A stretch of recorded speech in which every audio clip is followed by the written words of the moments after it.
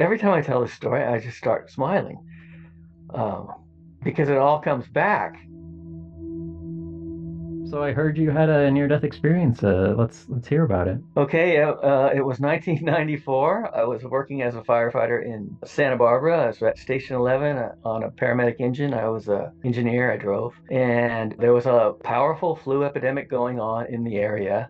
And lots of people were sick, and emergency rooms were full of people. And we went to a patient. She'd been cooped up in her room, and she was really ill. And it was obvious we had to move fast because everything about her was wrong. And I grabbed the O2 and booted across the bed and got above her and got a mask on her. And as I was fixing it, tightening it up, she let out this big exhale because she so happy that we had arrived. And I was taking a breath in, and I felt my lungs fill with her breath. And I said, well, if that's not an inoculation, I don't know what is. And a couple of days later, I was really sick. At this point, I was really ill and I was at home. I was circling the drain. It was hard to get out of bed. I was throwing up and it going the other way. It was the afternoon of the third day. I think I was looking in the mirror and I said, man, I don't even look like myself. Everything was dark. My heart was racing. It was like 150. And I tried to take my pulse at my wrist because that's a good indicator of what your blood pressure is. And I couldn't get a pulse at my wrist, so I knew it was below 80. So I called my niece, I called my sister, and my niece picked up, and I tried to talk to her, and all it was just a whisper. And she knew there was trouble. She hung up, dialed 911, and Santa Barbara County Fire came and picked me up. Guys did a wonderful job. They started high flow IVs. It was obvious that I was severely dehydrated and got me in an ambulance and got me to the hospital. And when we went in, the place was full. It was full of people, full of kids and adults, and everybody had this same really powerful flu. And I got put in a room and they kept changing out the IVs. I had a couple of bags by then. I think another one was hung. By the next day, when I left, they said they'd given me 11 liters of fluids. They're trying to float the system because something happened, and I don't blame anybody, or I don't have any ill feelings towards anybody about it because it led to this event, which was something that was you know meant to be. And anyway, the nurse came in and she said everyone's getting these two drugs, something for pain, which was a morphine type thing, and something for nausea. She pushed him into the IV port, and I kind of was sitting up. I was getting dressed. My wife was there, and I was like, I think I can go home. And she goes, nope, the doctor hasn't even seen you yet, and these are orders for everybody. Anyway, she pushed it, and I keeled over. And my wife said that it really scared them. They came in and they Narcaned you, and Narcan is something that gobbles up the opiates. And they Narcaned you. She had it written down 3 times, and you weren't coming back. So they put me in intensive care for the night and had all this equipment and tubes and stuff on me. And I don't know any of this. I just my wife hung in there, and at some point during that night, I left my body. And I found myself flying through this star-filled realm. Every time I tell this story, I just start smiling because it all comes back. But yeah, I was flying through this star-filled realm, and there were all these magnificent stars, orbs all around me, and they were so welcoming. And it was like I was being paraded through, and I just, all I felt was everything a human ever wants to feel. Just acceptance and love and joy and being held. And all those things, all those negative things that we have about ourselves, they were gone. They were absolutely gone. Things like, anger and resentment or spite or jealousy. In my opinion, those emotions do not travel with us. They stay here. They're tools for us to learn from. So anyway, I was flying through this star-filled realm, feeling absolutely ecstatic, like a cosmic orgasm. And it wasn't just an explosion, that was a full-time vibe. That is what we come from. We get glimpses of it here when we score the winning touchdown, or we get that job we wanted, or get the girl, and all these victories, if you roll them all into one, times it by a million, that is your vibration. So yeah, we come down here to push against this really dense, harsh vibrations, and it's really a wonderful gift. It really is. Yeah, I'm cruising along, and there was cosmic orgasm, just continuous, and oh, and I felt like I'd been released from a hot, dark closet, and I was this huge, expanded cloud, a huge, expanded balloon. It seemed like I went out forever. And the thing that I kept saying while I was flying along and I was enjoying everything, and I kept saying, how in the world did I believe I was this dude? It was such a crazy trick that I was this person, and I had all these good points and bad points, and buttons. We all have them, emotional buttons that are going to send me into whatever depression, and they were gone. All that was gone, and that remained with the person that was Bill Letson. And I had full knowledge of Bill Letson's entire life and knew all the details, and I didn't want anything to do with it. And I like him. He's a good guy, but I didn't want anything to do with it. The thought of going back was out of the question. My body I was well aware that my body was behind, and it was like a banana peel. What are you going to do with a banana peel? Throw it away. And that's what it felt like. So I fly along, and then all of a sudden I landed. I landed in a place that was solid. It had indirect lighting, and there were gurneys around, and there was equipment that was hanging from the ceiling. It was like a facility or a clinic or something. And right in front of me there were beings. There were these three short little hooded guys, and they looked exactly like those beings in the movie Communion.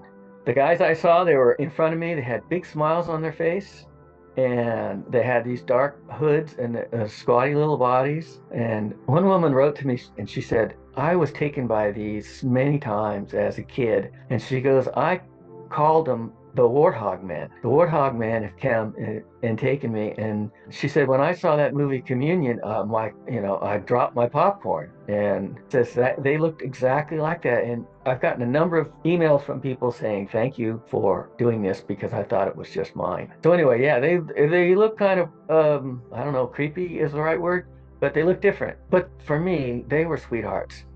And they were saying things like, how was it? What did you learn? What can you tell us? And I was extremely confused. All of a sudden, I was in this place with these beings from a cartoon, basically. And one of them stepped forward, and he took a long look at me, and then he turned to the other two and he said, he doesn't remember us. And they all started giggling. And I was like, well, guys, I'm having a little trouble. All of a sudden, things are very strange from my perspective, and I kind of remember you, but give me a little time. And they were giggling and bouncing around, and they were wonderful. And then there was this other guy, and he was sort of in charge. He was kind of in the background. He came forward, and he was this tall, wispy guy, and he had this incredible ecstatic smile. His eyes were open, his eyebrows were up, and he had this wonderful smile and laugh. And he was obviously in charge, but he was the best boss anybody could ever have. He wasn't, very strict at all. When he came forward towards me, my throat just tightened and my chest expanded. And I thought I was going to break down in uncontrollable crying from love. There was so much love pouring from this being that it was overwhelming. It was paralyzing. And I just loved it. I loved those guys. He was cool. There was some back and forth stuff. And every time I said something, he had this chuckle. I could feel it inside of me. He had this laugh. I got the impression that, looking at it from a third person, that was a relationship between a father and a child. And he loved me unconditionally. And at one point I said, I'm not going back there. No way, no how, ever. So I guess I got to move on from this place eventually. And so, what's next? A review of my life? Would you guys like to get started with that? And he just loved that. He just cracked up like I was a little toddler trying to take over. And he said, sure, Sure, let's do that. How do you want to start? So I started talking, and I was telling stories about jobs that I wish they'd taken. My wife and I got this offer for this job on an island off the coast, and we were going to live on this island by ourselves and take care of the wildlife. And it was really super remote. It was like an hour helicopter ride off the coast, and she wanted that. That was that was right up her alley, and I took a fire job. I still wanted excitement. But I wish I'd done that for her because she's never asked for anything, but she did want that. So yeah, I talked a little bit about that and a few other things, and nobody was listening. They didn't care. It was obvious that I was brought in there for a quick show and tell, and I wasn't staying. It wasn't the end of my life, and I was the only one in the room that didn't know that. And at one point, he said, "Okay, that's enough." He stepped forward like a father and said, "Time to go back." And that just floored me. I was like, "What? Go back? I'm not going back there. There's no way." He says, "Yeah, you got to go back. You got things to do, and they're important." And the three little guys, it was like they were reassigned. They just disappeared. They went somewhere else in that facility, and it was just he and I. And he came forward, and he's like, "Okay, you're going back." And as he stepped forward, I felt myself slipping back. The place just started to break up. It started to dematerialize. It's like I was being beamed out of there, and I was going to another channel. I was going to another frequency, and it was a descending feeling. And I dropped away into darkness. It wasn't a good place. It wasn't someplace you wanted to be. It was lonely and it was dismal, and you didn't want to stay there. Then I was back in my body, and I woke up, and a nurse came by and she says, "You're awake." And I'm like, "Yeah, yeah, I need to talk to you." And she said, I just got to go tell the doctor. We've been worried about you. We didn't know what was going to happen with you. We didn't know what was going on." And I said, "Okay, that's cool. You can go talk to the doctor. But first, what am I doing back here?" I was pissed. I said I was home. I'd made it out of here. I was home with my best bros. How is it that I ended up back here? I had bought the farm. I was convinced of it. She said, "Honey, you've been in escrow, but you fell out of escrow and now you're back with us, and you're going to have to get your head around that."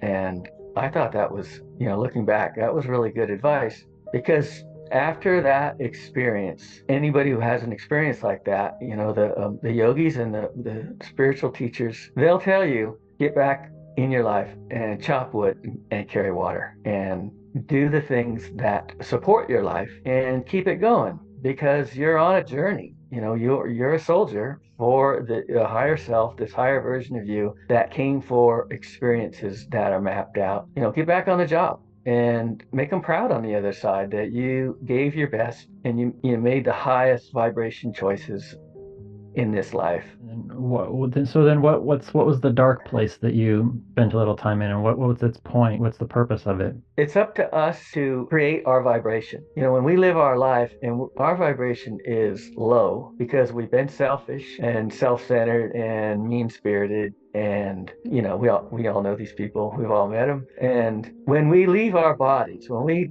die and leave our bodies, our vibration is going to match that low vibration of those lower places, and that's where we'll be stuck. It's not forever. It's just till we sort out where we went wrong in this life. And because we are these infinite, amazing beings. If you listen to those people who, they give a video about going to hell, almost every time it's like they sort it out. One woman was in a coma for weeks, and at one point she sorted it out, and she started singing a spiritual song that she sang in church, and she popped right out of hell. And she said that most of the time she had no idea she was dead. This thing about leaving this world in an astonished state. You're going to bump around in these low vibrational places until you can sort out that astonishment. And for some, it could be a long time. Edgar Casey, when he used to leave his body to give a reading, he would sit quietly until the vibration started right in his eyes, and he would start that REM sleep, that blinking thing that you talked about, and I feel it all the time. Then he would find himself a little speck of light outside of his body, and he knew that he had to follow the light in order to stay safe, and that the first level of the realms that he visited or he moved through, he would move over to this staircase, and it was this like Jacob's ladder, and he would start up this staircase, and he would pass these little hooded gnomes and elves and things, and they had very dark robes at the lower levels, and then they'd be light colored at the higher levels, and there'd be like 8 levels, I think, and he'd go into the Akashic records and get a reading and return. But he said that that first level was a place of nightmares. The things that were alive in that area were nightmarish. People were there, but they were greatly deformed. They'd have huge hands or giant feet, or just these body parts that were really bizarre looking. And he said as he would follow the light to this stairwell, and then he would ascend, and he'd pull out of those places. And I think this guy Michael Tamara, he talks about this thing as we go through these lives and we sort out what we really are, who we really are, and we die well. We die realizing that we live forever and we can't be harmed. And I just got to stay the course and follow the light. We're living in an illusion. This is a really good play, and we all got parts in it. But when we go home, you don't want to come back here. This thing we call death, we've got it completely backwards. It is a beautiful thing. It is a 10 million% upgrade instantly. We have not lost anybody. They've slipped out of the physical and they've gone home. And they're just a little further up the trail than we are right now. But we'll see them again, and everything is fine. Everything is beyond fine for them. Hey, thank you for watching. If you want to know what video to watch next, I would suggest this one. This seems like a really good video for you to watch right now. Yeah, that seems like a good one. Oh, you could subscribe. You could do that too. Subscribe or watch this video. Up to you. Bye-bye.